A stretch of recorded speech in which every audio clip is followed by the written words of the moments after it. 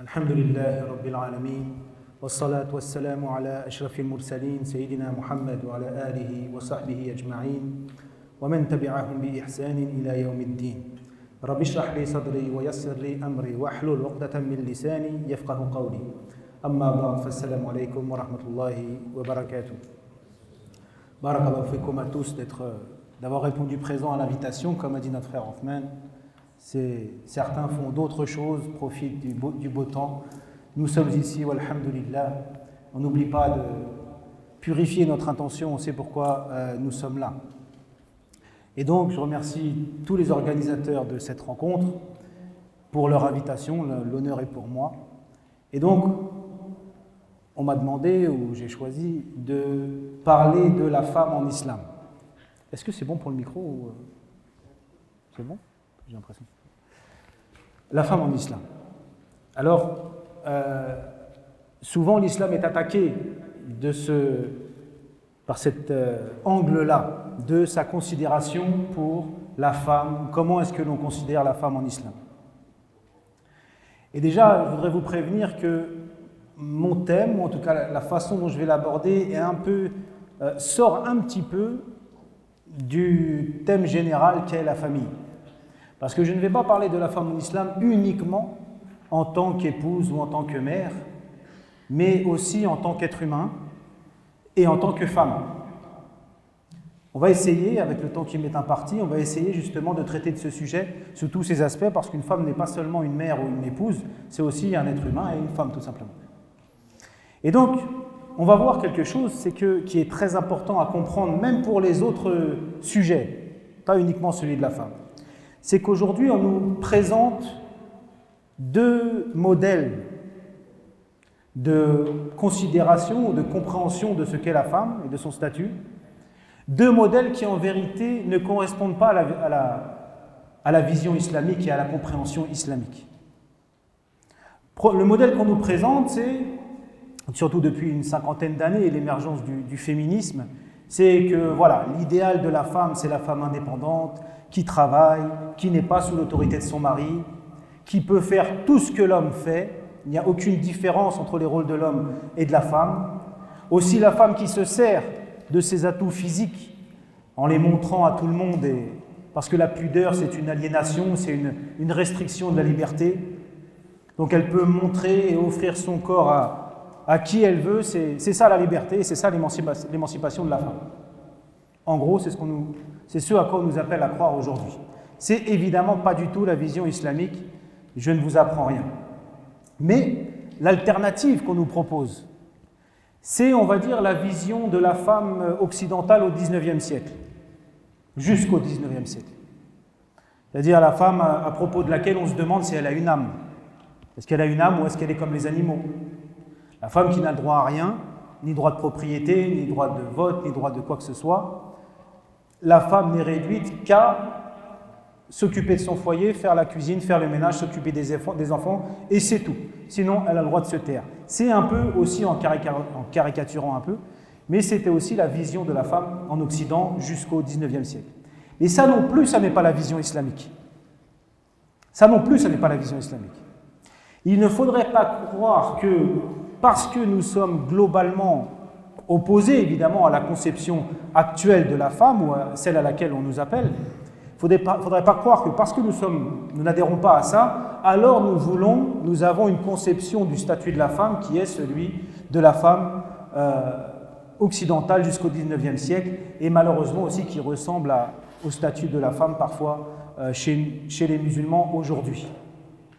Non, l'islam a sa propre compréhension, ses propres références. Et avant de revenir au sujet particulier qu'est la femme, laissez-moi vous conseiller une approche, quel que soit le domaine concerné. Parce que l'islam a sa propre vision. Il a sa propre conception des choses, la conception islamique. L'homme, la femme, la société, la famille, l'engagement, tout. On ne peut jamais regarder les différentes conceptions humaines de tous les domaines de la vie et se dire, dans ce qui est le fruit de l'esprit humain, et se dire, ah ben voilà, celui-là, c'est ça la vision islamique. Ça, on l'adopte parce que nous, c'est comme ça. Non, jamais. Par exemple, l'islam prône la solidarité entre les membres de la société, il prône l'aide aux plus pauvres, donc l'islam est de gauche. Ben oui, mais non. L'islam encourage le travail, reconnaît le mérite individuel, le mérite des efforts. L'islam reconnaît le droit à la propriété privée. L'islam reconnaît qu'il y a des riches et des pauvres, que c'est l'ordre des choses, c'est comme ça. Donc l'islam est de droite. Ben oui, mais non. L'islam prône la concertation dans l'exercice de l'autorité et qu'un gouvernant ne doit pas gouverner sans du tout concerter son peuple ou les gens qui sont autour de lui. Il prône la concertation, al-shura, c'est un principe bien connu dans notre religion. Donc la démocratie occidentale, dans son sens philosophique, est tout à fait islamique. Ben oui, mais non. Tout ça pour vous dire que quel que soit le domaine, l'islam, il a sa propre vision. Et une vision issue de la révélation. Issue de la révélation. Il y a toujours une façon islamique de comprendre les choses. Et l'engagement humanitaire, etc., etc.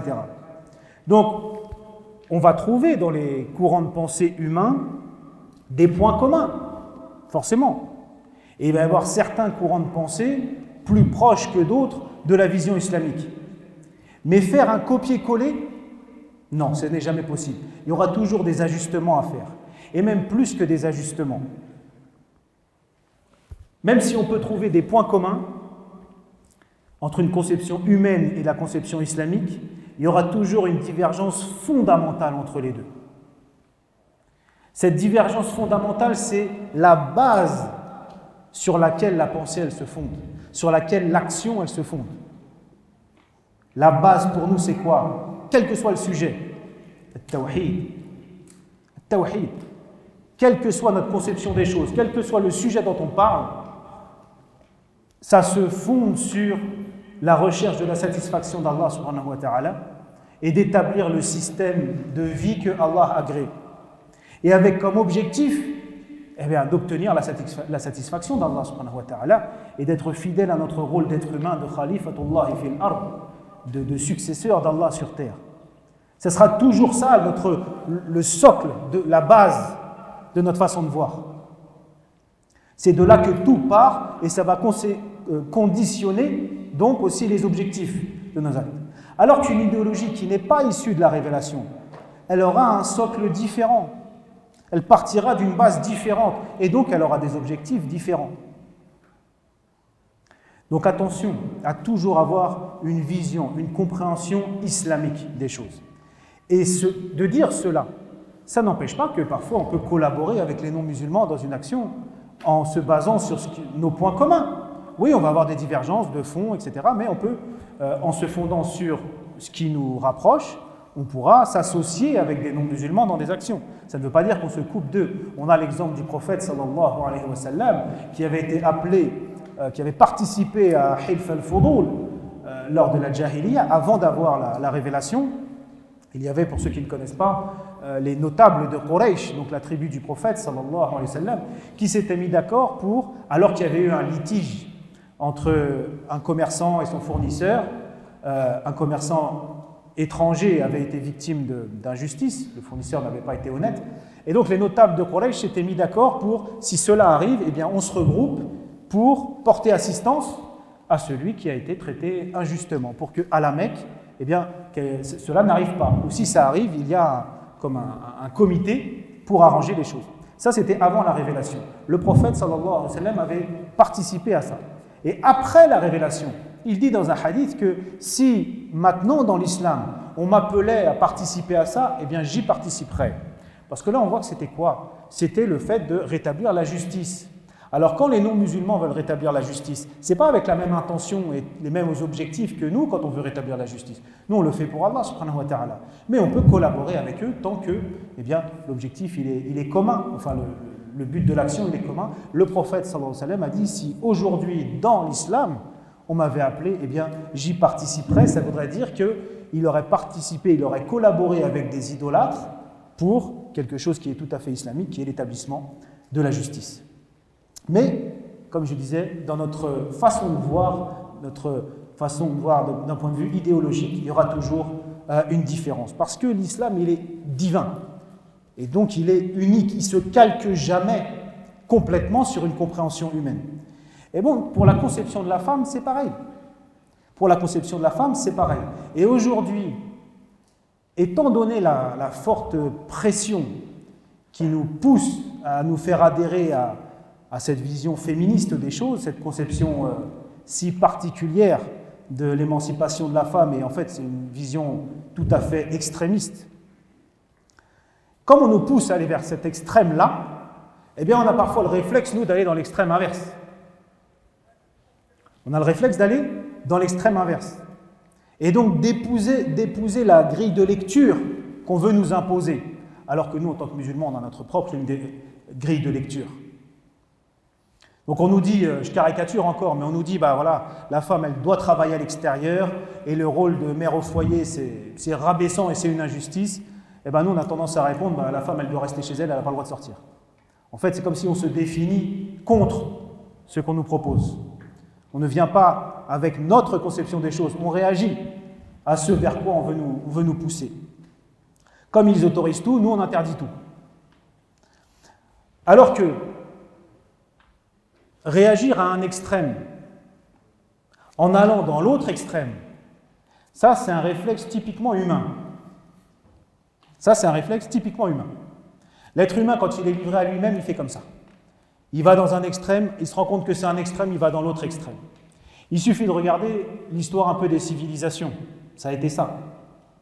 Et la société dans laquelle on vit aujourd'hui, tellement permissive et libéraliste, si ça se dit, ou libertaire, c'est aussi, pas seulement, mais c'est aussi une réaction à une société très austère, très contraignante, qui avait cours lorsque l'Église avait le pouvoir dans les pays européens. Vous voyez, c'était très austère, justement, les plaisirs de la vie sont interdits ou très déconseillés. C'est en conformité avec la vision chrétienne de la vie. Et donc, si aujourd'hui, on est dans une société très permissive et qui refuse, en fait, tout code moral, c'est aussi en réaction à ça. Et nous aussi, on paye parfois quand on vient avec une religion, les gens pensent que c'est la même chose que nous, ce qu'on a connu dans les siècles précédents. On paye un petit peu ça. Donc ça, c'est normal, c'est humain. Sauf que celui qui est guidé, qui est illuminé par la révélation, eh bien, lui, il va pouvoir trouver le juste milieu entre les extrêmes. Mais pour ça, il faut être illuminé par la révélation de celui qui sait tout, Azza wa Jalla. Parce que sinon, c'est très difficile de trouver le juste milieu, de trouver l'équilibre. C'est très difficile, il y a trop de paramètres qui rentrent en ligne de compte pour que l'être humain, tout seul avec sa raison, il arrive à trouver ce juste milieu. Il faut se référer à la révélation. Allah nous dit وَكَذَلِكَ جَعَلْنَاكُمْ أُمَّةً وَسَطًا لِتَكُونُوا شُهَدَاءَ عَلَى النَّاسِ وَيَكُونَ الرَّسُولُ عَلَيْكُمْ شَهِيدًا. Ainsi, nous avons fait de vous une communauté du juste milieu pour que vous soyez témoins entre les gens. Et donc, quand on se réfère justement à la révélation, on arrive à trouver ce juste milieu. Eh bien, la vision islamique de la femme, elle va être aussi entre ces deux extrêmes, entre l'extrême d'aujourd'hui et l'extrême du passé. Et elle a pour fondement, eh bien, la recherche de la satisfaction d'Allah, Azza wa Jal, en appliquant le mode de vie qu'Allah agrée. Aussi sur cette question de la condition de la femme. Qu'est-ce que Allah veut, qu'est-ce que Allah agrée comme statut de la femme dans la famille, dans la société, etc., etc. Alors comme je vous disais, lorsque l'on parle de la femme, on parle souvent directement de la mère ou de l'épouse. Alors, bien que le thème général aujourd'hui soit la famille, moi je vais déroger un petit peu au thème. Je ne vais pas aborder la question que en tant qu'épouse ou mère. Et même, je ne vais pas trop insister sur cet aspect des choses parce que les différents intervenants, eux, vont traiter de cette question. On va plutôt s'intéresser à la femme en tant qu'être humain et à la femme en tant que femme. Qu'est-ce qui fait d'elle une femme, c'est-à-dire qu'est-ce qui la différencie de l'homme? Donc la femme en tant qu'être humain, en islam, la règle de base, là aussi, ce sont des comment dire, des méthodes à adopter. Il faut connaître le statut de base, la règle de base. Après, il y a des choses qui peuvent venir faire changer, faire varier, changer un petit peu notre vision, mais il faut connaître la règle de base, d'où on part. La règle de base, déjà, c'est que l'homme et la femme sont les deux composants de l'humanité. Les deux ont le même créateur et le même objectif dans la vie. C'est d'obtenir la satisfaction d'Allah pour, Inch'Allah, se rapprocher de lui et être parmi les gagnants Yawm al-Qiyamah.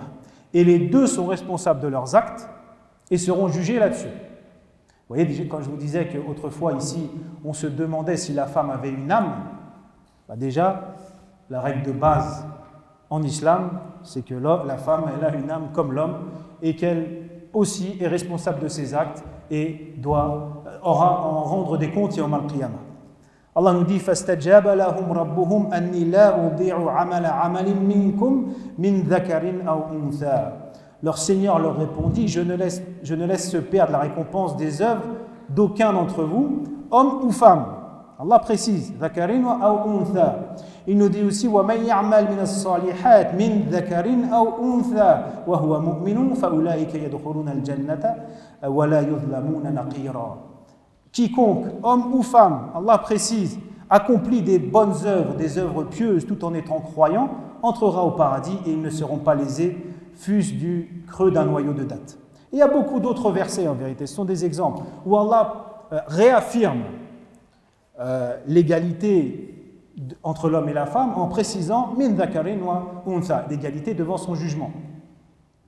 Et le prophète sallallahu alayhi wa sallam a utilisé une expression très parlante pour exprimer cela. Alors qu'on lui avait posé une question, vous voyez juste, on va voir un épisode qui a peut-être duré 3 minutes dans la vie du prophète sallallahu alayhi wa sallam, mais il y a beaucoup d'enseignements à tirer. On lui avait posé une question intime sur ce que doit faire un homme dans une situation intime. En fait, il s'agissait de la pollution nocturne, lorsqu'un homme éjacule dans son sommeil la nuit. La question qu'on a posée au prophète, sallallahu alayhi wa sallam, c'était est-ce que si l'homme, il se souvient d'avoir vécu ça pendant la nuit, d'avoir senti quelque chose, mais le matin, il n'a trouvé aucune trace, est-ce qu'il doit faire le ghusl ou pas? Le prophète, sallallahu alayhi wa sallam, lui dit non. Et on lui demandait à l'inverse, s'il se souvient de rien, mais le matin, il a trouvé des traces, est-ce qu'il doit faire le ghusl? Le prophète, sallallahu alayhi wa sallam, lui dit oui. Et là, Sulaym, radiyallahu anha, la mère de Anas ibn Malik, radiyallahu anhu, elle lui demande, et la femme, quand elle trouve des traces, est-ce qu'elle doit faire le ghusl? Déjà, avant de dire la réponse du prophète, sallallahu alayhi wa sallam, ça dit beaucoup de choses sur la mentalité des compagnons des sahabiyettes, des compagnons hommes ou femmes. Je suis sûr, quand j'ai parlé de pollution nocturne et d'éjaculation dans la nuit, il y en a, ils sont sentis gênés. Ah mais comment ça, on est dans une mosquée, on ne parle pas de ça. Puis la pudeur, elle est où? Là, on voit qu'une femme n'a pas honte de poser cette question au prophète, sallallahu alayhi wa sallam. C'est-à-dire que c'est une femme, et ce n'est pas à son frère ou à n'importe qui qu'elle pose la question. Au messager d'Allah, sallallahu alayhi wa sallam. Donc c'est ça la mentalité des compagnons. On ne joue pas un rôle. On ne joue pas un rôle, on n'est pas là pour jouer un rôle devant le prophète, mon prophète, je suis comme ça. Non, l'islam, il se vit naturellement. C'est quelque chose qui fait partie de la vie. Ça arrive à tout le monde, et bien s'il y a besoin, on en parle, ce n'est pas un problème. Bien sûr, on en parle avec pudeur, on choisit les mots, on ne parle pas de quelqu'un en particulier, mais on parle en général, mais il se faut en parler, eh bien on en parle. Et ça nous dit aussi quelque chose sur la condition de la femme. Une femme comme ça, alors que le prophète sallallahu alayhi wa sallam parlait à des hommes qui lui a posé cette question, et le prophète sallallahu alayhi wa sallam ne lui a rien reproché. Et s'il ne lui a rien reproché, c'est que de façon absolument qat'i, indiscutable, c'est qu'il n'y a pas de manquement à la pudeur ou au bon comportement. Sinon, il aurait dit quelque chose. Et on voit aussi comment il a répondu. Le prophète, sallallahu alayhi wa sallam, ne lui a pas répondu oui, elle doit faire le ghusl, ou non, elle ne doit pas faire le ghusl. Et très souvent, c'est que le prophète, sallallahu alayhi wa sallam, en répondant, il éduquait. C'est-à-dire qu'il donnait une méthode, il donnait une façon de raisonner. Au lieu de répondre par oui ou par non, il lui a donné un principe fondamental.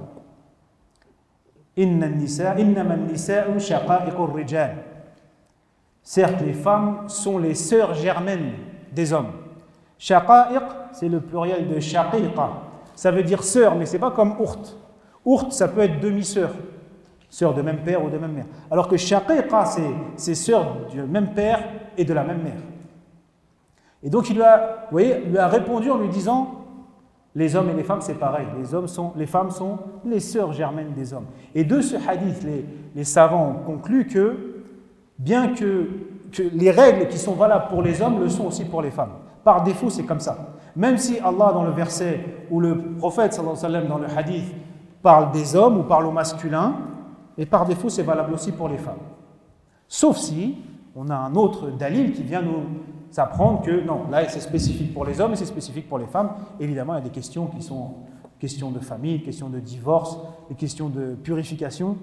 Évidemment, il y a des choses qui sont particulières aux hommes et particulière aux femmes. Mais la règle de base, c'est que c'est la même. Si c'est valable pour un homme, c'est valable pour une femme. Et on a, subhanallah, un épisode aussi dans la vie du prophète, sallallahu alayhi wa sallam, qui a été le sababun nuzul, la cause de la révélation d'un verset, où c'était Asma bint Umays. Asma bint Umays, radiyallahu anha, qui était la femme de Ja'far ibn Abi Talib. Ja'far ibn Abi Talib, le cousin du prophète, sallallahu alayhi wa sallam. Ja'far, on sait qu'il est parti, il a émigré, il faisait partie de ceux qui ont émigré en Abyssinie. À leur retour, son épouse, Asma bint Umays, elle va voir les femmes du prophète sallallahu alayhi wa sallam et elle leur demande Hal nazala fina shay'un min al-Qur'an. Est-ce qu'il y a quelque chose qui a été révélé qui nous concerne, nous les femmes? Et là, les femmes du prophète lui disent non. Elle va voir le prophète sallallahu alayhi wa sallam et elle lui dit les femmes, on va traduire ça, elles ne comprennent pas et elles sont déçues. Alors le messager lui demande pourquoi. Il dit parce qu'elles ne sont pas mentionnées pour le bien comme les hommes. Je veux dire, à chaque fois dans les versets, c'est les hommes qui sont mentionnés, mais ce n'est pas les femmes. Alors Allah Azza wa Jal va révéler le verset 35 de Surat Al-Ahzab, la Surat al-Coalisée, qui dit Innal muslimina wal muslimat wal mu'minina wal mu'minati wal qanitina wal qanitati wal sadiqina wal sadiqat wal sabirina wal sabirat wal khashi'ina wal khashi'at wal mutasaddiqina wal mutasaddiqat wal sa'imina wal sa'imat wal hafidhina furujahum wal hafidhati والذاكرين الله كثيرا والذاكرات أعد الله لهم مغفرة وأجرا عظيما. Là, Allah va dire chaque chose, masculin, c'est féminin. Les musulmans, les musulmanes, les croyants, les croyantes, les obéissants, les obéissantes, ceux et celles qui sont véridiques. En arabe, il y a deux mots différents pour féminin, masculin. Ceux et celles qui patientent, qui endurent, ceux et celles qui sont humbles, ceux et celles qui donnent l'aumône, ceux et celles qui jeûnent, ceux et celles qui préservent leurs parties intimes, c'est-à-dire de commettre zina, la fornication, ceux et celles qui mentionnent abondamment Allah, à tous, Allah a réservé son pardon et une immense récompense. Donc on voit que les femmes sont sur terre pour adorer leur Seigneur, se rapprocher de lui et obtenir sa satisfaction et faire partie des gagnants Yawm al-Qiyamah, tout comme les hommes. Maintenant, une fois qu'on a dit ça, est-ce que ça veut dire que l'homme et la femme sont identiques? C'est la même chose et ils ont le même rôle dans la famille, dans la société, etc. Eh bien non. Non. C'est là qu'on va aborder la femme en tant que femme. Déjà, Allah nous dit, en quelques mots, il a réglé la question. De ceux qui veulent nous faire croire que c'est pareil, homme, femme, tu peux choisir, il n'y a pas de problème. Les hommes ne sont pas comme les femmes. Les hommes ne sont pas comme les femmes. Il y a une différence entre les deux. On est tous descendants d'Adam et Hawa, on a tous le même objectif de vie, on sera tous jugés par Allah, mais on est différents. Et justement, l'islam respecte et met en valeur la féminité de la femme. La femme a ses particularités, comme l'homme a ses particularités. Et ce n'est pas un rabaissement pour l'un ou pour l'autre de dire ça. C'est comme ça. Ce n'est pas un rabaissement pour la femme de dire que l'homme il est plus fort physiquement que la femme. C'est comme ça. Ce n'est pas un rabaissement pour l'homme que de dire que la femme, elle résiste mieux à certaines choses, à la douleur par exemple. La douleur de l'accouchement, la douleur de grossesse. Ou même quand on est malade, c'est bien connu que les femmes, elles résistent mieux quand elles sont malades que les hommes. C'est comme ça, c'est pas un rabaissement. Et le fait d'avoir des hommes, des femmes, des mâles, des femelles différents, eh bien ça c'est une sunna d'Allah, c'est une des choses, des règles immuables qui régissent cet univers et qu'on va trouver partout, chez les plantes, chez les animaux, chez les humains, chez les djinns, chez tout le monde. Allah nous dit وَمِن كُلِّ شَيْءٍ خَلَقَنَا زَوْجَيْنِ لَعَلَّكُمْ تَذَكَّرُونَ. Et de toutes choses, nous avons créé un couple afin que vous vous rappeliez.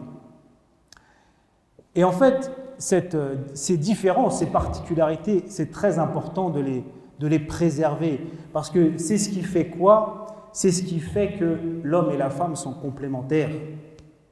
C'est ce qui fait que l'homme et la femme sont parfaitement complémentaires en tout. Et c'est pour ça que lorsqu'ils s'assemblent, eh bien ça forme un tout. C'est une union qui va former une unité parce qu'ils se complètent. Et une union de laquelle va sortir un fruit, qui va engendrer un fruit. Donc, dans la logique de l'islam, l'homme et la femme ne sont pas du tout en concurrence. Ils ne sont pas en concurrence, ils ne sont pas dans une compétition, alors que c'est le cas dans la logique féministe. Si le féminisme c'était de défendre la justice pour tous, ben on serait tous d'accord, et nous musulmans, on serait les premiers. Il n'y a pas une religion qui donne autant d'importance à la justice. Si c'était ça le féminisme, on serait féministe, sauf que ce n'est pas ça. C'est un combat, c'est une concurrence de l'homme contre la femme.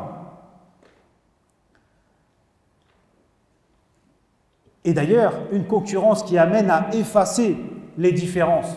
On voit que parfois les femmes qui sont le plus dans ce mouvement-là, c'est celles qui ressemblent le plus aux hommes, subhanallah. D'un côté, elles reprochent tout aux hommes, tout est à cause des hommes, mais elles cherchent à lui ressembler le plus possible.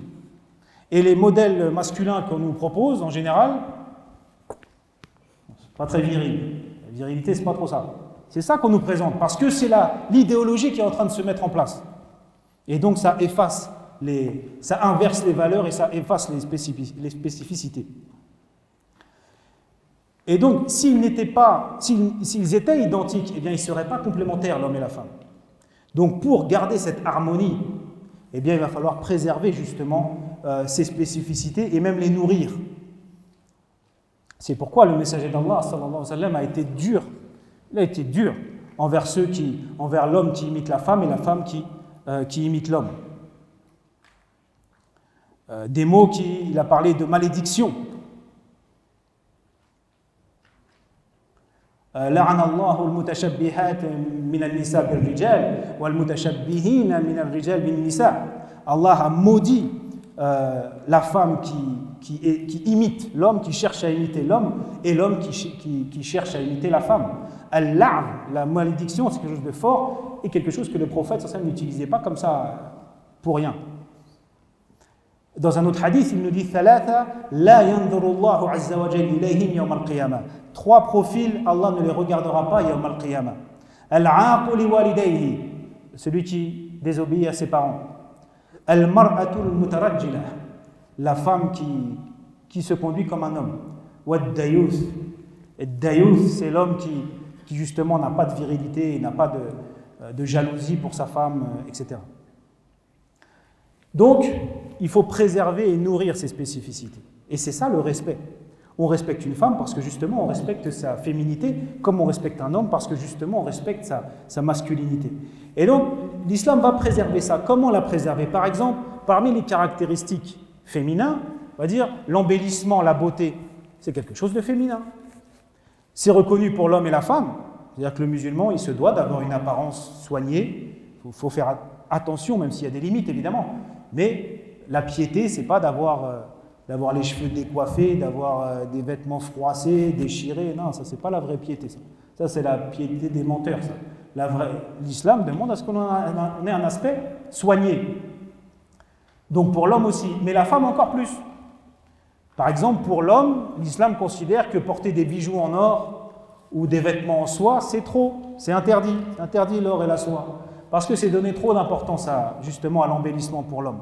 Par contre, la femme, elle va avoir le droit. C'est-à-dire que vous voyez, les limites de cette autorisation vont être repoussées pour la femme par rapport à l'homme, parce que c'est quelque chose de plus féminin. Aussi, la tendresse, la douceur, c'est quelque chose de féminin, et qui s'accorde parfaitement avec son rôle de mère et d'épouse. Qui n'a pas envie d'avoir une femme ou une mère douce et tendre? Tout le monde a envie de ça, et c'est normal, c'est l'ordre des choses. Et ça fait partie de la féminité de la femme. Et donc, elle sera moins adaptée, elle aura moins les facultés nécessaires qu'il faut pour aller dehors, aller chercher la subsistance, aller travailler. Une femme qui affronte le monde du travail, il faut qu'elle s'endurcisse. Et donc, ça prend un peu sur sa féminité. Et c'est pourquoi en islam, bien sûr, on ne parle pas des cas particuliers, des cas mais le cas de base, c'est qu'une femme, elle est toujours à la charge d'un homme, à la charge financière d'un homme, à la charge financière de son mari, s'il n'y a pas de son père ou de son frère, et en dernière instance, normalement, c'est l'État. Bien sûr, là, je ne suis pas en train de parler d'une femme célibataire qui n'a pas d'autres moyens, on ne parle pas de ça, on parle de la règle de base. La règle de base, c'est qu'une femme, normalement, n'a pas à subvenir à ses besoins matériels. Et donc, elle ne se trouve pas dans la situation où elle va devoir accepter n'importe quel travail. C'est-à-dire qu'on va revenir sur le travail de la femme. On ne dit pas que c'est interdit, comme ça, catégoriquement, non. Et il y a des métiers où on a besoin de femmes. Médecins, sages-femmes, enseignantes, et d'autres métiers où on a besoin qu'il y ait des femmes. Donc, il ne s'agit pas de dire que c'est interdit complètement le travail, mais elle ne se retrouve pas dans la position où il faut ramener à manger, donc je prends ce que je trouve. Et donc, ce qui aboutit à trouver, comme on trouve parfois, des femmes camionneurs, des femmes dans la marine marchande. Non, ce n'est pas ça l'idéal islamique. Bien sûr, on ne parle pas, je sais qu'il y a des femmes célibataires qui font ce qu'elles peuvent, et là, elles sont dans un cas de nécessité, ce n'est pas la question. Mais c'est pour ça que, justement, l'islam dispense la femme d'avoir à faire cela. Elle n'est pas, comment dire, programmée ou adaptée à ça. Et en plus, elle est très prise par un rôle très très prenant et très très important, qui est le rôle de mère. On y reviendra un petit peu, Inch'Allah. Aussi, de par sa beauté, de par sa relative faiblesse physique, et de par l'attirance naturelle qu'il y a entre l'homme et la femme, eh bien, la femme peut rapidement devenir quoi? La proie de l'homme. Et elle peut rapidement être réduite à un objet de désir. C'est un être qui est plus faible physiquement, qui est justement, on a vu ces caractéristiques de la beauté, de la tendresse, etc. Et c'est normal que les hommes soient attirés par les femmes. Mais dans ces conditions-là, elle peut être la proie de l'homme et être victime d'injustice. Pour éviter ça, pour qu'elle soit respectée sans avoir à nier et à renier sa féminité, eh bien l'islam va instaurer une ambiance de pudeur dans les relations homme-femme. Une ambiance de pudeur. Déjà, Allah demande qu'on baisse le regard. وَقُلْ لِلْمُؤْمِنِينَ يَغُضُّوا مِنْ أَبْصَارِهِمْ وَيَحْفَظُوا فُرُوجَهُمْ. Dit aux croyants de baisser une partie de leur regard et de préserver leur partie intime. Une partie de leur regard, min absarihim. Min là, il est tab'ir. Ça veut dire qu'il ne s'agit pas de vivre comme ça. C'est pas qu'on doit vivre comme ça. Non. On peut lever la tête, on peut se voir, même quand il y a des femmes, etc. Min absarihim, ça veut dire une partie du regard. C'est quelle partie? Là, c'est quand le regard il commence à être ambigu et plus tout à fait innocent. On sait très bien quand on regarde une tata, une femme âgée ou une petite fille, et puis quand on regarde une jeune fille, et quand le regard il n'est plus tout à fait innocent, et qu'il y a autre chose, qu'on ressent quelque chose, c'est là qu'il faut baisser le regard. Et pareil du côté des femmes. Pareil du côté des femmes. وَقُلْ لِلْمُؤْمِنَاتِ يَغْضُضْنَ مِنْ أَبْصَارِهِنَّ وَيَحْفَظْنَ فُرُوجَهُنَّ. La même chose. Et dit également aux croyantes de baisser une partie de leur regard et de se préserver donc des rapports illicites. Donc déjà, on doit tous, quand le regard n'est plus tout à fait innocent, eh bien, baisser ce regard. Aussi dans l'habillement. On disait pour que la femme n'ait pas à renier sa féminité, mais qu'elle ne devienne pas la proie de l'homme. Il faudra qu'elle s'habille d'une certaine façon, avec le hijab. Et donc qu'elle ne montre de son corps dans la rue, devant les hommes en général, que son visage et ses mains. Allah nous dit وَلَا يَبْدِينَ زِينَتَهُنَّ إِلَّا مَا ظَهَرَ مِنْهَا وَلْيَضْرِبْنَ بِخُمُورِهِنَّ عَلَى جُيُوبِهِنَّ. et de ne laisser paraître de leurs atouts que ce qu'il en paraît, et qu'elles rabattent leur voile sur leur poitrine. Donc il faudra s'habiller de façon pudique.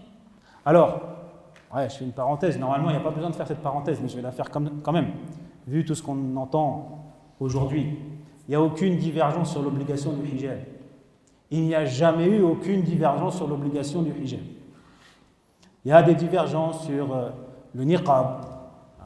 Et l'avis majoritaire depuis l'époque du prophète, c'est que l'obligation, c'est le hijab. Et le niqab, il n'est pas obligatoire, c'était une obligation pour les femmes du prophète. Bon, là, il y a une divergence. Mais sinon, l'obligation du hijab, on entend, oui, on ne sait pas, il y a des débats entre... Il n'y a pas de débat. Il n'y a jamais eu de débat. Il n'y a jamais eu de débat. Et quand les versets qui rendent le hijab obligatoire a été révélés, Aïcha anha, rapporte que on a déchiré des tissus, on a pris n'importe quel, elle parle des femmes, n'importe quel tissu qu'on trouvait pour se couvrir. C'est-à-dire que eux, les compagnons, les femmes compagnons, j'aime pas le mot compagnonne, donc les sahabiyettes, elles n'ont pas à discuter. Aujourd'hui, ouais, mais on ne sait pas, peut-être que, eux, ils comprenaient le Coran mieux que quiconque. C'est la meilleure génération. Eux, ils ne sont pas posés de questions. Parce qu'ils ont vraiment compris les versets. Donc il n'y a pas de divergence avec ça. Vous voulez que je vous dise, la seule chose que l'on peut trouver dans les livres de fiqh, mais attention, ça ne veut pas dire qu'on a le droit de le mettre en pratique. Dans le fiqh, il y a des avis qu'on appelle shadh. Shadh, ça veut dire isolé. C'est-à-dire que voilà, un mujtahid, un savant, il a eu un avis, mais on le sait par rapport à ce que les autres savants disent, que cet avis, il n'est pas à suivre. Il s'est trompé. Si on cherche bien, la seule chose qu'on peut trouver, c'est l'avis de Ibn Hazm, qui lui était littéraliste, et qui disait, justement, le mot dans le Coran, c'est khumur, khimar, pluriel de khimar. Khimar, c'est un voile qui couvre la tête. Ça aussi, c'est pour ceux qui disent qu'on ne parle pas du voile dans le Coran. Déjà, c'est pas parce qu'on n'en parle pas dans le Coran que c'est pas obligatoire, déjà. Il y a d'autres sources de la charia. Et deuxièmement, Allah en parle dans le Coran. Il parle de khimar. Khimar, dans la langue arabe, avant l'islam, après l'islam, depuis toujours, khimar, c'est un voile qui couvre la tête. Et Allah dit de le rabattre sur les poitrines. D'ailleurs, c'est pour ça que ça a la même racine que le mot khamr. C'est quoi le khamr? C'est le vin. Et alors, quel rapport entre le khimar et le khamr? Eh bien, c'est que le khamr, ça enivre et donc ça voile la raison. La raison qui est le cerveau. Donc là, c'est d'une façon imagée. Le khimar, la même racine, c'est le voile qui couvre la tête. Et donc, comme Ibn Hazm, il était zahiri, littéraliste, pour lui c'est la tête qui doit être couverte, et donc, si la femme elle a des cheveux longs qui dépassent du voile, c'est autorisé. Bon, c'est un avis shadh. Mes sœurs qui m'écoutent, c'est un avis shadh qu'il ne faut pas suivre. Mais je veux dire, si on pousse et qu'on cherche une divergence, c'est celle-là, c'est tout. Que la femme puisse enlever son hijab totalement devant, ça c'est un avis qui n'existe pas. Et je referme la parenthèse. Donc elle devra s'habiller comme ça, donc ne montrer de son corps que le visage et ses mains, avec des vêtements amples et pas transparents. Pourquoi? Eh bien, il va y avoir deux objectifs au hijab. C'est d'abord de se protéger. Se protéger. Éviter d'attiser l'attirance et les pulsions des hommes qu'elle va croiser. Parce que, regardez, il ne faut pas mal me comprendre. Ce que je vais dire là, ça ne dédouane en rien ceux qui agresseraient ou importuneraient des femmes qui sont vêtues légèrement. Non, ils n'ont pas à faire ça et leur responsabilité, ça ne dégage rien de leur responsabilité. Mais on sait très bien dans le monde où on vit qu'une femme qui est habillée très légèrement, elle va susciter l'attirance. Et donc si elle se fait importuner, voire même agresser, qu'Allah préserve toutes nos sœurs et toutes les femmes de ça, bien sûr que la responsabilité c'est l'agresseur et c'est celui qui l'opportune, mais quand même elle a manqué de prudence. Regardez, c'est comme si je disais, quand on nous dit ça, parce que quand on dit ça, on dit oui, vous dédouanez les agresseurs et ça. Imaginez que je vous dis, ce matin, j'ai garé ma voiture en plein Paris, avec le dernier iPhone posé sur le tableau de bord et la fenêtre ouverte. Et on me l'a volé. Et j'ai fait exprès, j'ai laissé la fenêtre ouverte parce que je ne sais pas pourquoi. Et on me l'a volé. Qu'est-ce que vous allez me dire? Vous allez me dire, ouais, mais frère, t'es en plein Paris, tu laisses le dernier iPhone, la fenêtre ouverte. C'est comme ça. Et t'as manqué de prudence. Est-ce que de dire ça, ça dédouane la responsabilité du voleur? Non, pas du tout. Le voleur, il est quand même coupable. Et alhamdoulilah, quelqu'un d'honnête, il passe devant la voiture, il voit l'iPhone, il ne le prend pas. Mais dans le monde où on vit, dans un monde idéal, on pourrait faire ça. Dans le monde où on vit, on sait que, je ne sais pas, sur 10 personnes qui passent, il y en a peut-être 8 qui ne vont pas le prendre et il y en a 2 qui vont le prendre. C'est comme ça. Donc, oui, le voleur, il reste un voleur et il est coupable, mais toi aussi, ta responsabilité, elle est un peu engagée parce que tu as manqué de prudence. C'est pareil pour une femme qui s'habille de façon trop légère, c'est-à-dire qu'elle va passer devant je ne sais pas combien d'hommes dans la journée, elle va susciter une attirance. Et ça, c'est normal. Ça aussi, hein, que les hommes soient attirés par les femmes, c'est normal. Des fois, on dirait aussi qu'il faudrait que les hommes ne soient pas attirés, que le corps de la femme ne leur fasse rien. Subhanallah.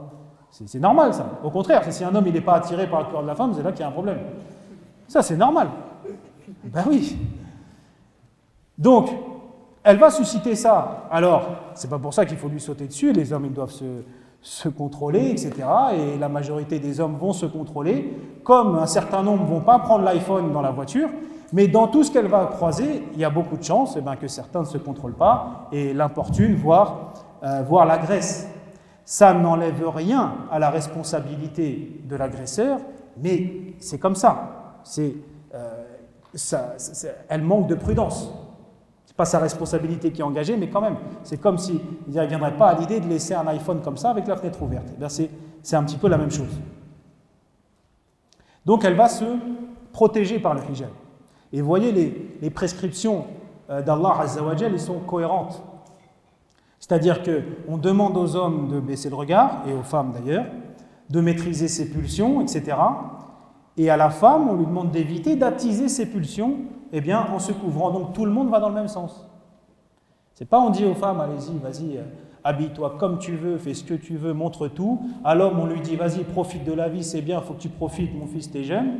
Et puis après, on fait des lois contre les agressions, contre les machins, on n'a pas le droit d'importuner les femmes. Mais là, c'est comme si on nous pousse par là, et après on nous pousse par là, il n'y a aucune cohérence. L'islam, il est complètement cohérent, et tout le monde va dans le même sens, et c'est comme ça on bâtit une société saine, et qu'on préserve l'honneur et la sécurité des femmes. Donc elle se protège avec le hijab.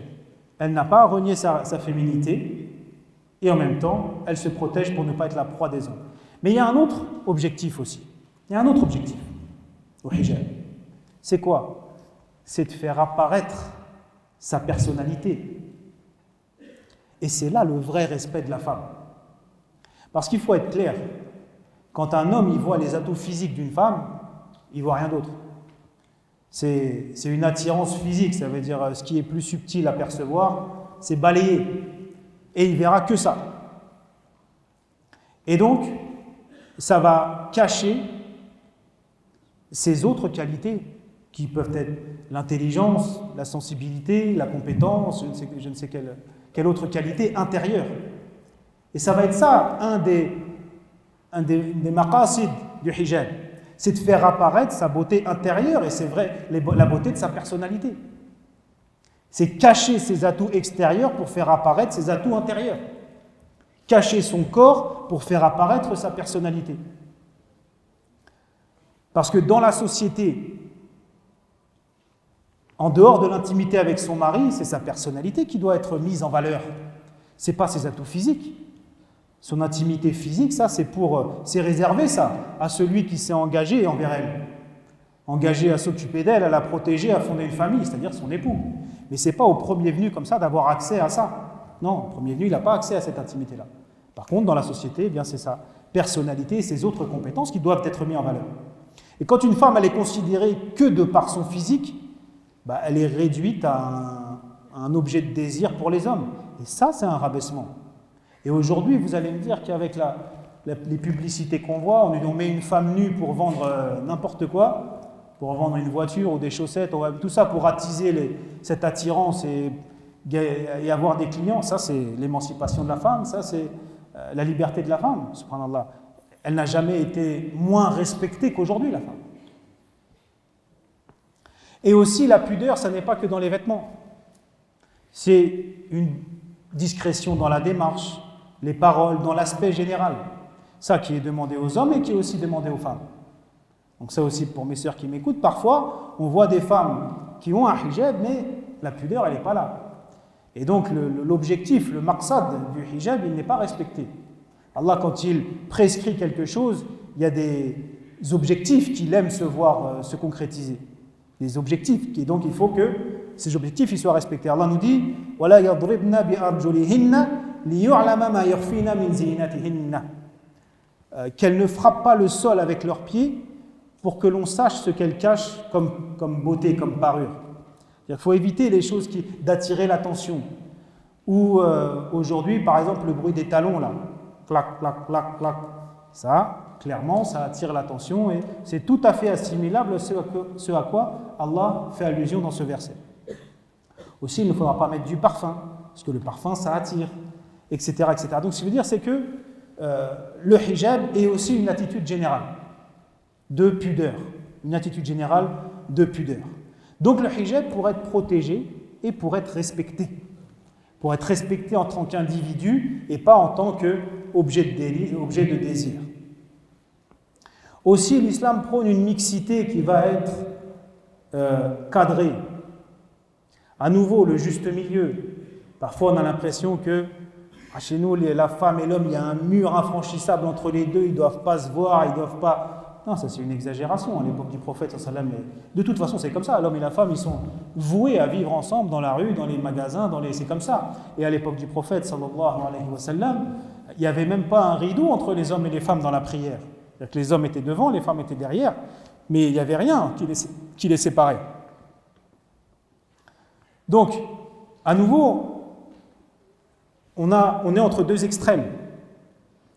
Cet extrême-là, qui dirait qu'on n'a pas le droit même de se croiser, et la mixité complètement débridée que l'on peut voir aujourd'hui, que l'on connaît aujourd'hui. Bismillah. Je sais que j'ai déjà dépassé, mais jusqu'où je peux dépasser? On me demande de traiter la femme en islam en 20 minutes, c'est pas possible. C'est au-dessus de mes... Inch'Allah, 15 minutes, Inch'Allah. Est-ce que vous pourriez avancer un petit peu? Barakallahu fikoum, on me fait signe là qu'il y a du monde. Essayez de vous serrer comme Jumu'ah. Attention quand vous bougez aux caméras, mais si vous pouvez vous resserrer, Barakallahu fikoum. Parce qu'il y a du monde encore qui doit venir. Je t'entends pas là. Tu montes? Vous pouvez...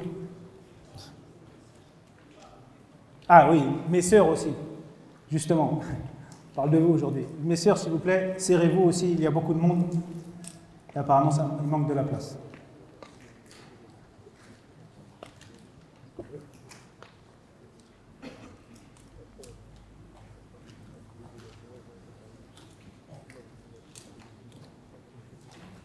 Donc je disais que dans nos sources, il n'y a pas une interdiction totale. D'ailleurs, on entend souvent al-ikhtilat. Al-ikhtilat. Vous ne trouverez pas de chapitre dans un livre de fiqh, al-ikhtilat. Ça n'existe pas, ça. On va voir al-khalwa, le fait d'être en tête à tête, un homme et une femme en tête à tête. Ça, c'est interdit. Mais la mixité en général, non. Donc elle n'est pas interdite, mais ce n'est pas non plus la mixité complètement débridée, sans limite, que l'on connaît aujourd'hui. Il va falloir mettre une espèce de distance entre hommes et femmes, sans être complètement séparés. Par exemple, le prophète, sallallahu alayhi wa sallam, au début, à Médine, il n'y avait pas une porte réservée aux femmes et une porte réservée aux hommes. Et une fois, le prophète, sallallahu alayhi wa sallam, a dit « si on laissait cette porte pour les femmes ». C'est-à-dire qu'il a remarqué que, du coup, à la sortie de la mosquée, il y avait un peu trop de promiscuité. Donc, il a demandé à ce que l'on réserve une porte pour les femmes.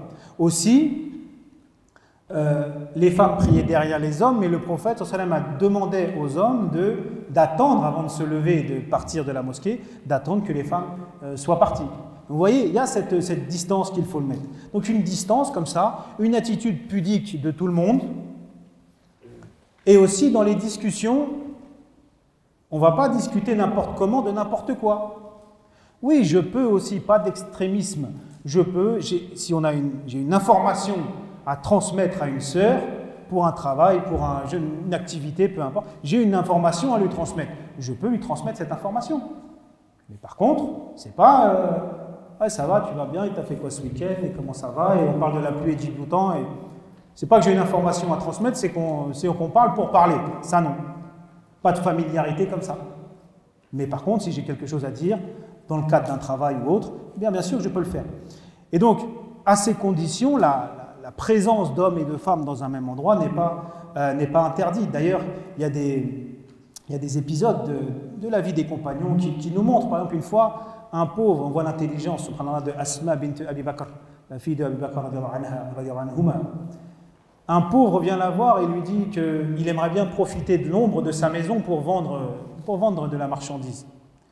Et elle lui dit, moi j'aimerais bien te dire oui, mais Az-Zubayr ibn al-Awwam, son mari, rahimahullah, radiallahu anhu, elle s'est dit, s'il arrive et qu'il voit que j'ai dit laisser un homme là à côté de la maison, il ne va pas aimer. Donc il risque de s'énerver. Attends qu'il arrive et redemande quand il sera là. C'est ce que fait le pauvre, alors que Zubayr ibn al-Awwam est là. Et là, elle fait exprès, regardez l'intelligence. Elle lui dit, mais t'as pas trouvé une autre maison que la mienne? Elle a Zubayr, qui était un compagnon. Il lui dit, mais pourquoi tu lui réponds comme ça? Parce qu'il est un pauvre qui veut. Laisse-le. Mais elle savait qu'il ne l'empêcherait pas comme ça de faire le bien. Mais comme ça, c'est lui qui a donné l'autorisation, c'est pas elle. Mais bon, on voit que la personne est venue lui parler, Asma n'a pas été, elle n'a pas fui en courant, hein. Il lui a parlé, c'est normal. Une fois, Salman al-Farisi et Abu Darda, ils avaient été, vous savez, durant la fraternisation à Médine, ils étaient frères, et c'était vraiment une fraternité très forte. Et en plus, Salman al-Farisi, il avait une autorité un peu, parce que c'est un grand compagnon. Et une fois, Salman al-Farisi, donc il se connaissait très bien, et il passe devant la maison d'Abu Darda, et il voit son épouse. Et regardez, dans le hadith rapporté par Muslim, il est dit qu'il voit qu'elle était négligée. Elle avait un aspect négligé. Elle devait avoir des vêtements un peu mal mis, ou je ne sais quoi. Et il lui a dit, qu'est-ce que tu as? Ma sha'nuki. Pourtant, la femme d'Abu Darda, etc., ils n'étaient pas en tête à tête, hein. Ils étaient dans la rue. Mais il lui dit, qu'est-ce que tu as? Il a remarqué qu'elle avait un aspect négligé. Et elle lui répond, Akhuka Abu Darda, laysa lahu hajatun fi hadhihi dunya. Genre, ton frère Abu Darda, donc son mari, il n'a plus aucun besoin dans cette dunya. C'est-à-dire qu'il est tellement à prier tout le temps, à jeûner tout le temps, etc., qu'il a délaissé sa femme. Et donc, bon, le hadith, il est long, mais Abu Darda, Salman al-Farisi va venir accueillir Abu Darda et lui faire des choses pour lui expliquer que sa femme, elle a des droits sur lui et qu'il doit aussi s'occuper d'elle et s'occuper de sa famille. Mais qu'est-ce qu'on voit là? On voit aussi une discussion entre deux. Ce n'est pas interdit. Et il y en a d'autres, et il y a surtout l'exemple de Moussa et des deux femmes à Madian. On connaît tous l'histoire lorsque Moussa est arrivé à Madian, donc Moussa un prophète, encore plus que les compagnons, et qu'il voit deux femmes qui attendent comme ça et qui lui demandent qu'est-ce que vous faites? Et qu'elles lui disent, on a un père, il est vieux, il ne peut pas faire boire nos animaux, et donc il y a tous les gens là, tous les bergers qui font boire leurs animaux. Deux femmes, on ne peut pas se frayer un chemin. Et bien là aussi, ils discutent. Et Moussa va les aider, va faire boire leurs animaux. Et après, elle va revenir. Mais Allah nous dit, elle va revenir de façon pudique. Avec pudeur, elle va revenir. Et même, c'est rapporté que quand ils sont partis ensemble chez le père de ces deux jeunes femmes, eh bien, Moussa était devant et elle derrière. Et quand il fallait tourner, elle jetait un caillou. Il faut tourner à droite, elle jetait un caillou à droite pour qu'il sache qu'il faut tourner. On comprend pourquoi. Un homme qui est derrière deux femmes, ça ne se fait pas. Ça ne se fait pas, parce que son regard risque de... Et donc Moussa était devant. Donc vous voyez, avec ce cadre-là de pudeur, eh bien, il peut y avoir des relations normales entre hommes et femmes. Et la femme n'est pas exclue de la vie en société. Alors attention aussi, parce que nous, on a grandi ici, à l'école, bref, on a des mauvaises habitudes. Donc il faut faire attention. Parfois, on a des comportements, on croit que c'est normal. En fait, non, c'est pas normal. On voit des choses, des fois, entre frères et sœurs, des comportements trop à l'aise, trop familiers. Mais on ne s'en rend pas compte. Donc il faut faire attention. Mais donc, sous ces conditions-là, bien sûr que la femme, elle va pouvoir, et c'est une recommandation d'aller rechercher la science, d'apprendre la science par exemple. Les femmes, elles ont demandé au prophète, sallallahu alayhi wa sallam, d'avoir un jour pour elles. Parce que les hommes, ils avaient souvent l'occasion de parler au prophète, et elle disait, nous, on a moins l'occasion, consacre-nous un jour. Et c'est ce qu'il va faire. C'est rapporté que Aïcha, radiyallahu anha, c'est un des plus grands savants. Je fais exprès au masculin parce que de tous les savants, hommes et femmes qui existent, qui a existé, un des plus grands, ça a été du coup une femme, c'est Aïcha radiyallahu anha. Et aussi, regardez, vous savez, dans les chaînes de transmission des hadiths, il y a les rapporteurs. Et parmi ces rapporteurs, les savants, ils ont fait le travail de est-ce qu'il est fiable, est-ce qu'il n'est pas fiable, est-ce qu'on va prendre son hadith, est-ce qu'il est pieux, est-ce qu'il ne ment pas, est-ce qu'il a une bonne mémoire, etc., etc. Donc on a des transmetteurs de hadith, certains sont fiables et d'autres ne le sont pas. Parmi les femmes qui ont transmis, parmi ces rapporteurs, les femmes, il y en a, elles sont inconnues, on ne sait rien d'elles, donc elles sont inconnues, mais toutes celles que l'on connaît, dont on a les biographies, comme on a les biographies des hommes, toutes, elles sont fiables. Toutes leurs hadiths sont acceptés. C'est-à-dire que les femmes, parmi les rapporteurs de hadith, soit elles sont inconnues, on n'a pas d'informations sur elles, soit elles sont fiables. Aucune n'est faible. Vous voyez, les femmes, il n'y a aucun problème à ce qu'elles apprennent la science, et au contraire, c'est important de le faire. Et aussi dans tout le fait d'interdire le mal et d'ordonner le bien, etc., etc. On a des exemples, j'ai pas le temps de vous les citer, mais on a des exemples des compagnons et des salafus salih où les femmes, elles participaient à cela. Elles participaient à ça. Et donc, aussi s'agissant, on va parler rapidement du travail. Le travail, il n'est pas interdit catégoriquement, mais il va être autorisé sous condition.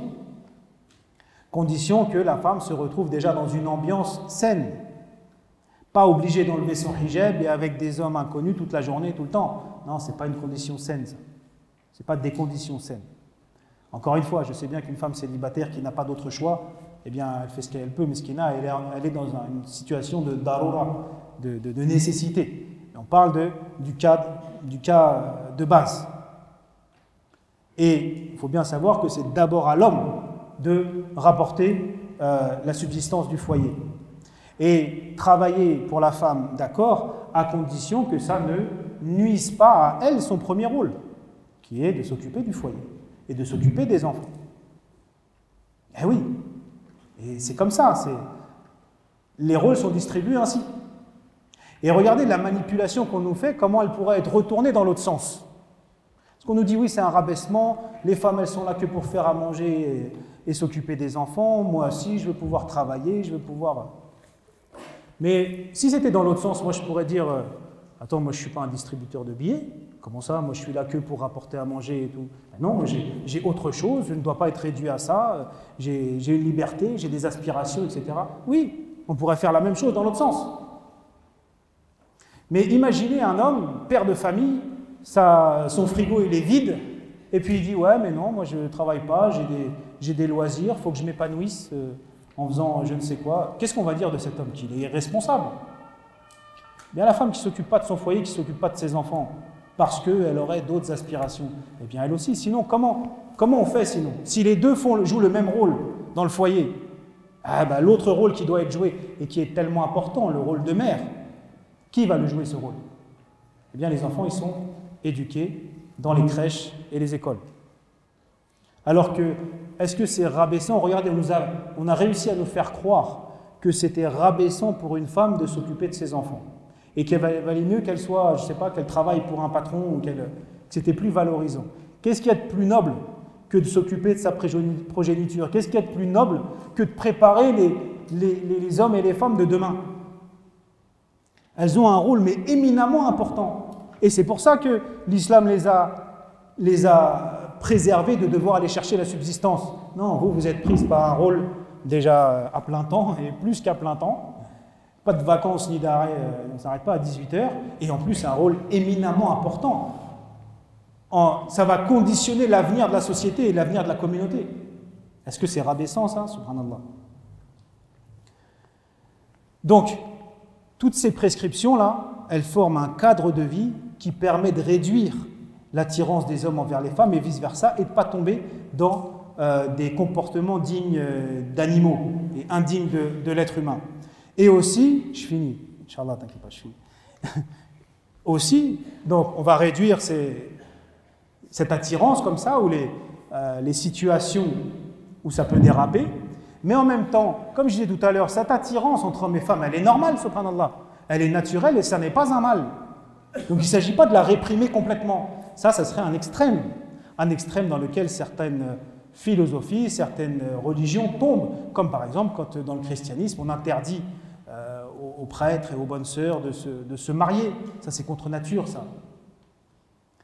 L'islam met des garde-fous dans la société et aussi permet de satisfaire ses besoins naturels, satisfaire cette attirance, satisfaire cette envie de plaire.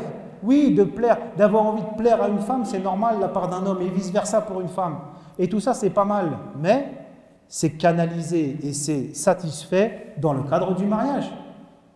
Et c'est pour ça que l'islam facilite le mariage et que là, dans le cadre du mariage, dans l'intimité du couple, il ne doit pas y avoir ni pudeur ni rien du tout. Parce que ces aspirations qui sont naturelles et normales, c'est dans ce cadre-là qu'elles doivent être satisfaites. Et donc, là, il faut le faire, j'ai envie de dire. Vous voyez, c'est-à-dire que ce n'est pas seulement réprimer et faire comme si ça n'existait pas. L'islam ne nous demande jamais de nier une part de notre humanité.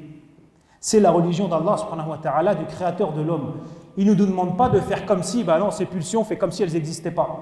Et tu vis, fais ce que tu veux, tu ne dois pas les satisfaire. Non, ce n'est pas humain ça. Et d'ailleurs, on voit les conséquences et les dérives que ça donne. Non, satisfais-les, mais dans le cadre qu'il faut, le mariage. Et ça ne doit pas devenir ton seul objectif dans la vie. Ça donne sa place, sa juste mesure et dans le cadre qu'il faut. Et c'est pour ça que, je devais en venir à la femme en tant qu'épouse, mais je vais laisser mes frères parler de ça rapidement, que oui, Allah Azza wa Jal a donné l'autorité familiale à l'homme. C'est l'homme le chef de famille. Et il n'est pas question de chambouler tout ça. Mais qu'est-ce que ça veut dire l'autorité en islam? L'autorité en islam, ça veut dire déjà s'effacer soi-même pour n'agir qu'en fonction de ce que l'on pense être le mieux pour ceux sur qui j'ai de l'autorité. Que ce soit le calife, le patron ou le chef de famille, c'est ça. C'est j'agis pour ce que je crois être le mieux pour ma famille ou pour mes employés ou pour les habitants de mon pays.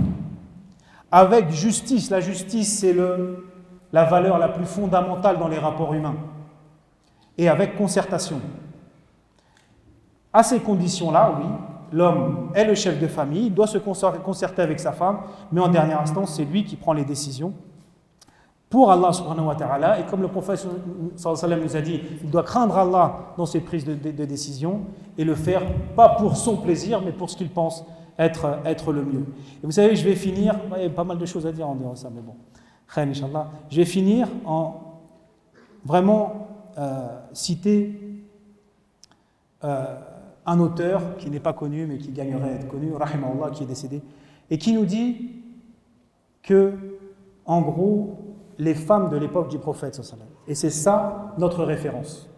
Ça n'est ni la femme d'aujourd'hui, ni la femme du 19e siècle occidental, ni malheureusement la femme dans les pays musulmans aujourd'hui.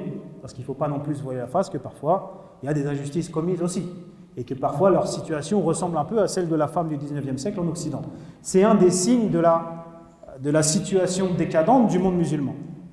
Mais les femmes de l'époque du prophète, il nous dit elles avaient deux grandes qualités, la force et la vertu.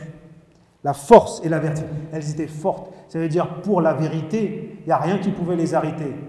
Les filles de Abu Sufyan, de Abu Jahl, elles ont fait l'émigration en Abyssinie, à Médine, alors que leurs pères étaient les premiers ennemis de l'islam. Et elles avaient adhéré à l'islam. Elles partaient et elles ne se sont pas dit, je ne peux pas, mon père, je vais désobéir à mon père. Non, là, il n'y avait pas d'autorité qui pouvait les arrêter. Parce que c'était pour le haqq, c'était pour la vérité. Et elles prenaient leurs responsabilités sur le champ de bataille, etc., etc. Elles étaient fortes et il n'y a rien qui pouvait les arrêter. Mais en même temps, elles jouaient leur rôle de femme, d'épouse et de mère parfaitement. Et jamais il leur serait venu à l'esprit de vouloir prendre l'autorité sur leur mari ou de dire que non, moi je ne m'occupe pas de ma famille. Elles cumulaient les deux. Elles cumulaient les deux. la force pour la vérité, pour l'engagement, pour le bien, et en même temps, elles jouaient leur rôle de mère de famille et d'épouse à la perfection. Et c'est ça la femme musulmane. C'est pas seulement l'un ou seulement l'autre. C'est les deux cumulés, et c'est ça le juste milieu, et c'est ça l'équilibre de l'islam, de la religion révélée par Allah subhanahu wa ta'ala. Barakallahu fikum pour votre attention. Je m'excuse à tout le monde, à mon frère l'Arabi, Cheikh l'Arabi, et aux organisateurs parce que j'ai pris trop de temps. Wa akhiru da'wana anil hamdulillahi rabbil alamin. Wassalamu alaikum wa rahmatullah.